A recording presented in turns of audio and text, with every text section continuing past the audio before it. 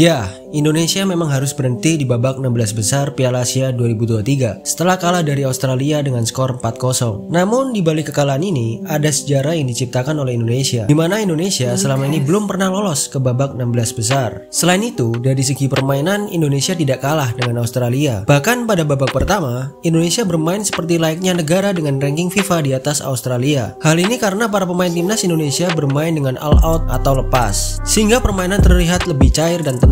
Di babak pertama, Indonesia tampil dengan sangat percaya diri dengan bermain menyerang tidak bertahan. Hal ini tampaknya cukup mengagetkan Australia karena mungkin mereka mengira kita Indonesia akan bermain dengan slow dari awal dengan teknik bertahan dan mengandalkan counter attack. Terbukti Indonesia cukup banyak mendapatkan peluang. Namun lagi-lagi masalah finishing menjadi problem utama di skuad timnas Indonesia kali ini. Tidak adanya striker murni yang haus gol memang sangat menguntungkan bagi setiap lawan Indonesia. Bukan hanya Australia saja. Dan Australia berhasil mencetak gol 1-0 melalui bola deflect dari Elkan Bagot, sehingga skor 1-0 untuk keunggulan Australia. Jadi di babak pertama bisa dibilang Indonesia cuman kalah dari segi finishing dan efektivitas ketika mendapatkan peluang. Di babak kedua, timnas Indonesia bermain lebih terbuka dan menyerang, dan kembali masalah finishing menjadi kendala timnas untuk mencetak gol. Dan malah Australia yang menciptakan 3 gol di babak kedua melalui kesalahan pemain kita sendiri, yang dimana kurang fokus dalam bertahan. Skor 4-0 berakhir dan Australia menang, serta berhasil meraih tiket ke babak 8 besar. Kekalahan ini memang membuat Indonesia harus gugur dari ajang Piala Asia 2023. Namun di balik itu semua ada hal positif yang bisa didapat. Seperti dari segi permainan, Indonesia jelas tidak kalah. Hal ini juga diungkapkan oleh pelatih Australia sendiri, yaitu Graham Arnold. Dan Indonesia juga berhasil menunjukkan permainan cantik di pertandingan kali ini, seperti permainan kelas Eropa. Namun Indonesia masih punya beberapa PR yang harus segera dibenahi meskipun sudah gugur di Piala Asia, karena akan ada turnamen besar yang sedang menunggu Indonesia, yaitu kualifikasi Piala Dunia 2026 Window 2. PR tersebut adalah masalah chemistry atau organisasi permainan antar pemain dan antar lini. Lalu dari segi mentalitas harus terus ditingkatkan,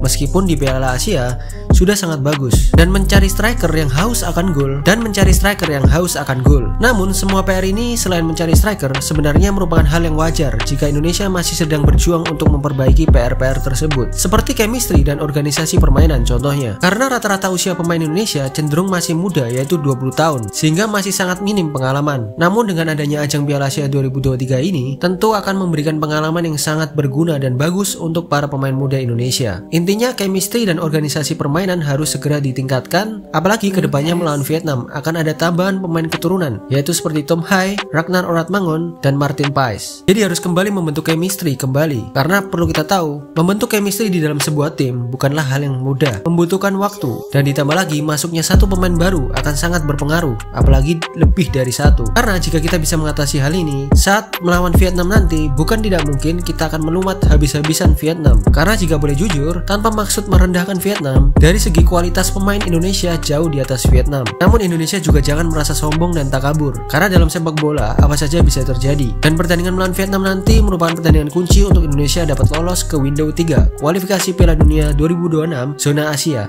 Jadi timnas Indonesia harus benar-benar menyiapkan tim ini dengan sangat bagus dan matang.